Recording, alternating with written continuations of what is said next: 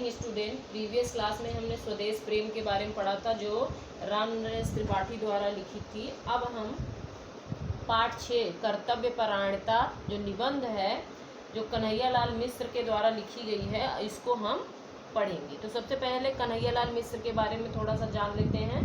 कन्हैयालाल मिश्र प्रभाकर का जन्म 24 मई 1906 को सहारनपुर जिले के देवबंद गांव में हुआ था। कन्हैयालाल का मुख्य कार्यक्षेत्र पत्रकारिता था। वो मुख्य रूप से केवल पत्रकारिता करते थे। कन्हैयालाल मिश्र प्रभाकर हिंदी के जाने माने निबंधकार हैं जिन्होंने राजनैतिक और सामाजिक जीवन से संबंध रखने वाले अनेक निबंध लिखे हैं। इन्होंने पराधीनता के समय स्वाधीनता आंदोलन में बढ़ चढ़कर भाग लिया जिसके कारण इन्हें कई बार जेल भी जाना पड़ा। 9 मई 1955 को इनका निधन हो गया। जब अपना देश पराधीन था तब इन्होंने स्वाधीनता आंदोलन में बढ़ चढ़ के भाग लिया था और इनका जो है इनकी मृत्यु 9 मई 1995 को इनका निधन हो गया। अब थोड़ा सा निबंध के बारे में शॉर्ट में जो बताया जाए संक्षिप्त में उसको पढ़ लें। प्रस्तुत निबंध के माध्यम से हमें यह बताया गया है कि प्रत्येक नागरिक में अपने काम के प्रति लगन व श्रम के प्रति श्रद्धा का भाव होना अत्यंत आवश्यक है। यही राष्ट्र की जीवन शक्ति का सर्वोत्तम मापदंड है। जो भी हम कार्य करते हैं, कवि ने बताना चाहा है कि जो भी चाहे हमारा काम छोटा हो चाहे बड़ा हो, लेकिन उसके प्रति हमें लगन होना चाहिए। जो हम श्रम करते हैं उसके प्रति हमारे मन में श्रद्धा होनी चाहिए। तभी राष्ट्र का जो है यही राष्ट्र की जीवन शक्ति का जो राष्ट्र में जीने की शक्ति है उसका सर्वोत्तम मापदंड है, सबसे ऊंचा मापदंड है। चलिए अब हम आगे कहानी जो निबंध है हमारा वो पढ़ते हैं। जफर मियाँ एक दिलचस्प आदमी हैं। जफर मियाँ क्या है? बहुत ही अच्छे मन वाले आदमी हैं। मेरा लिहाज करते हैं।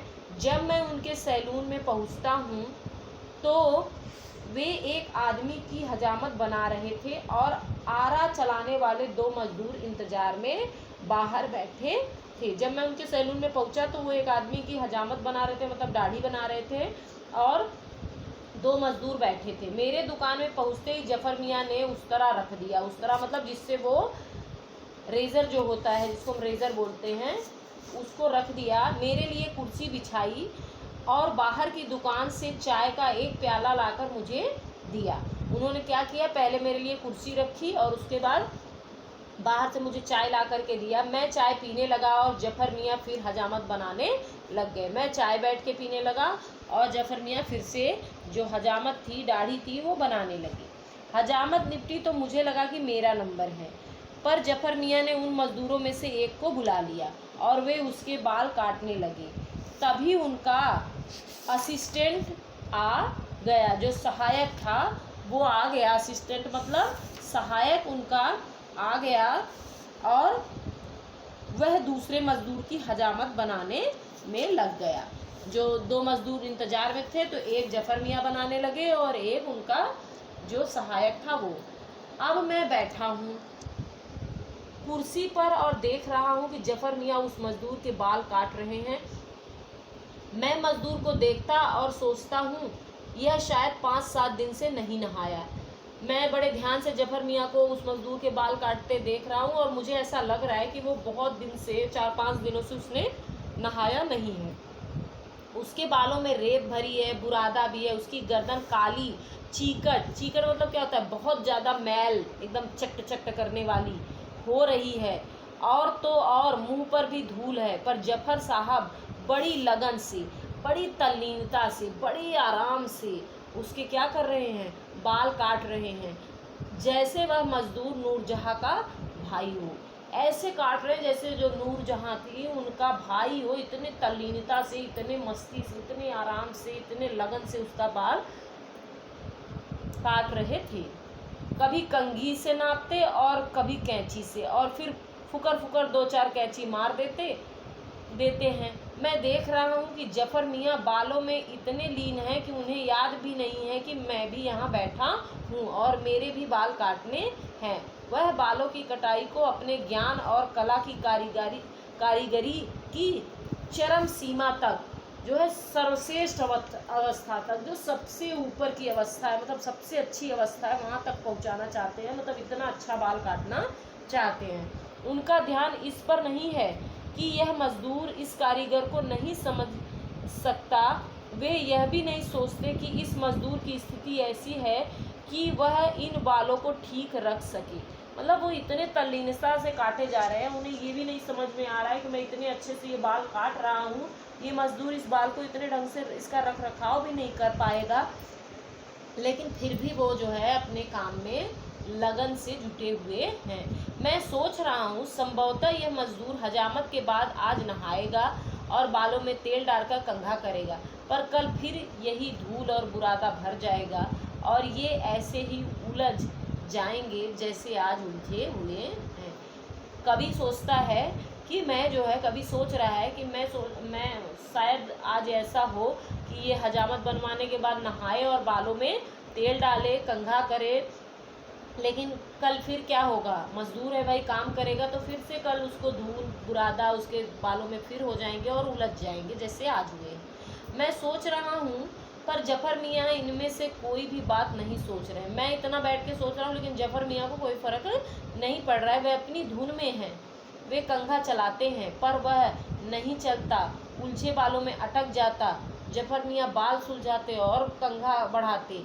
कभी वह झुककर बालों का मिलान देखते, कभी उभार कर, कभी वो क्या करते हैं, मतलब उन दोनों में आपस में संतुलन है कि नहीं और बालों में है कि नहीं उसको देखते, और कभी उभार करके देखते, कभी इधर कभी उधर, एक बाल पर एक एक ढलाव पर एक एक मिलान पर जफर मियाँ की निगाह है, जैसे कोई इंजीनियर किसी पुल के खंभों का मिलान देख रहा हो। जिस तरीके से लोग, बड़े बड़े इंजीनियर, बड़े बड़े डॉक्टर अपने कामों में तल्लीनता दिखाते हैं, उसी तरीके से जफर मियाँ भी अपने काम में बहुत ही लगन से अपने कामों को कर रहे हैं, इस तरीके से जैसे कि इंजीनियर बहुत बड़े पुल के खंभों का मिलान कर रहा हो।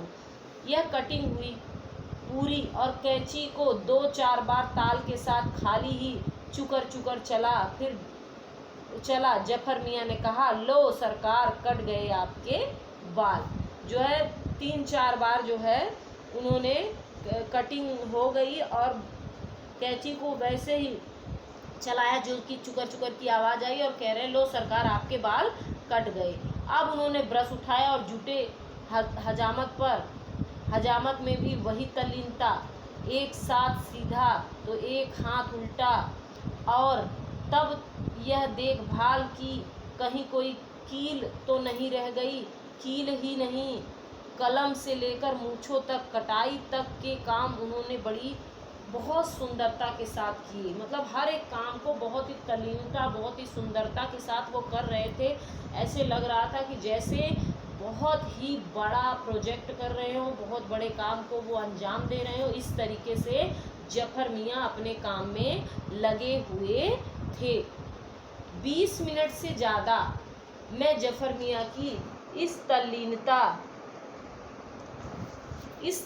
को देखता रहा। बहुत, मतलब 20 मिनट से ज़्यादा हो गया। मैं बड़े आराम से, जो ये तल्लीनता से, वो आराम से वो उनके जो इस काम को मैं क्या कर रहा था, देख रहा था। सच यह है कि जफर मियाँ उस मजदूर के बालों में लीन थे, और सही बात यही है कि जफर मियाँ क्या थे, उसके बालों में लीन थे। किसके बालों में? मजदूर के।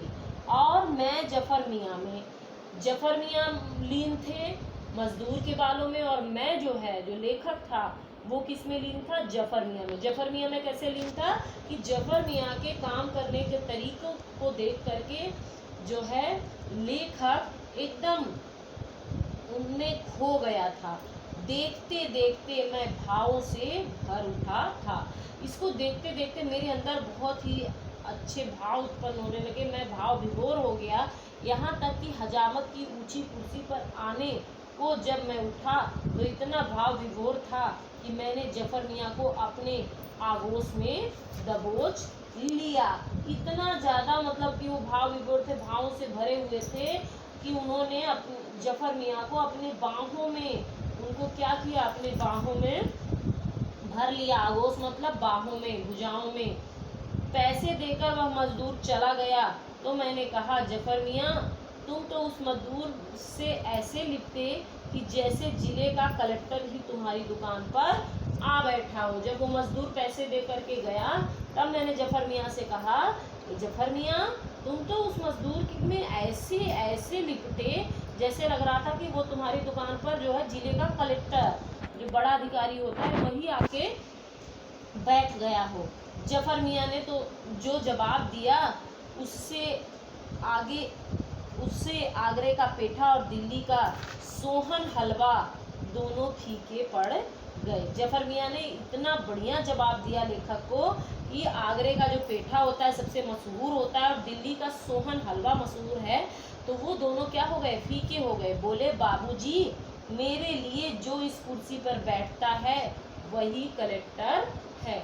बाबूजी, मेरे लिए मेरी दुकान की इस कुर्सी पर जो भी आकर के बैठ जाता है वो मेरे लिए क्या है, कलेक्टर है। मैं उसको कलेक्टर ही समझता हूँ। मैं स्मृतियों की सरिता में तैरने लगा। मैं जो है यादों की सरिता में, मतलब यादों की जो नदियाँ होती हैं उसमें तैरने लगा। जफर मियाँ अपना काम पूरा कर चुके। मैं वही सब सोच विचार कर रहा था, मैं उसी में डूबा हुआ था और जफर मियाँ ने अपना काम पूरा कर दिया। लो सरकार, बन गई हजामत। उन्होंने कहा, लो सरकार, आपकी हजामत, आपकी जो दाढ़ी है वो बन गई। उन्होंने कहा तो मैं चौंक पड़ा, क्योंकि जो है लेखक क्या था, लेखक वही सब बातें सोच रहा था और जैसे ही उन्होंने कहा वो चौंक पड़े। पर यह क्या, मैं इधर उठ रहा हूँ उस कुर्सी से और उधर मेरे सामने उचारी जा रही है जीवन वेद की यह ऋचा। मैं जो है उस कुर्सी से उठ रहा हूँ और उस तरफ क्या हो रही है, उच्चारण करना, जो उच्चारी मतलब कि उच्चारण करना जो है, उच्चारण हो रहा है कुछ ऐसी चीज़ें। हर एक नागरिक में अपने काम के लिए एक चाव, मतलब यह उच्चारण होने लगा मेरे मन में। श्रम के प्रति एक यह श्रद्धा और पैसे के प्रति ईमानदारी के भाव का जागरण ही राष्ट्र की जीवन शक्ति का सर्वोत्तम मापदंड है। मापदंड मतलब पैमाना, जो पैमाना राष्ट्र के हित के लिए या राष्ट्र के विकास के लिए जो पैमाना निश्चित किया गया है, उसमें जो है हर नागरिक को, चाहे जो भी नागरिक है, चाहे जो जैसा भी काम करता है, उसको अपने काम के प्रति चाव होना चाहिए। जो वह श्रम करता है या दूसरे जो श्रम करते हैं उसके प्रति श्रद्धा होनी चाहिए और पैसे के प्रति ईमानदारी के भाव, जो भी आप पेशा है उसमें ईमानदारी, आप अगर अपना काम ईमानदारी से आप करते हो तो यह जो है भाव जागरण ही राष्ट्र की जीवन शक्ति का, जो राष्ट्र का जीवन शक्ति है, मतलब राष्ट्र की उन्नति है, उसका पैमाना है, उसका सर्वोत्तम पैमाना है, उसकी सर्वोत्तम तालिका है, नियम है, कानून है। अगर आप सभी अपने काम को जो है लगन से और मेहनत से करोगे तो आपको सफलता अवश्य मिलेगी। अब जैसे अब आप ये सोच रहे होगे कि हमें इस निबंध से क्या प्रेरणा मिलेगी, हमें क्या ज़रूरत है, कोई हम थोड़ी अभी जो है मतलब कि कोई बड़े काम कर रहे हैं। लेकिन आप कौन सा काम कर रहे हो, आप काम कर रहे हो पढ़ने का, लिखने का। तो आपको अपने काम के प्रति लगन होनी चाहिए, श्रद्धा होनी चाहिए। आप इतनी मेहनत कर रहे हो तो आपको लगना चाहिए कि हाँ, हम मेहनत कर रहे हैं, हम इतना काम कर रहे हैं, उसके प्रति आपको श्रद्धा रखनी चाहिए और तभी आपको उन्नति प्राप्त होगी, तभी आप आगे बढ़ पाओगे, तभी आप अच्छा कार्य कर पाओगे, तभी आपको सफलता मिल पाएगी। थैंक्स। घर पर रहिए, सुरक्षित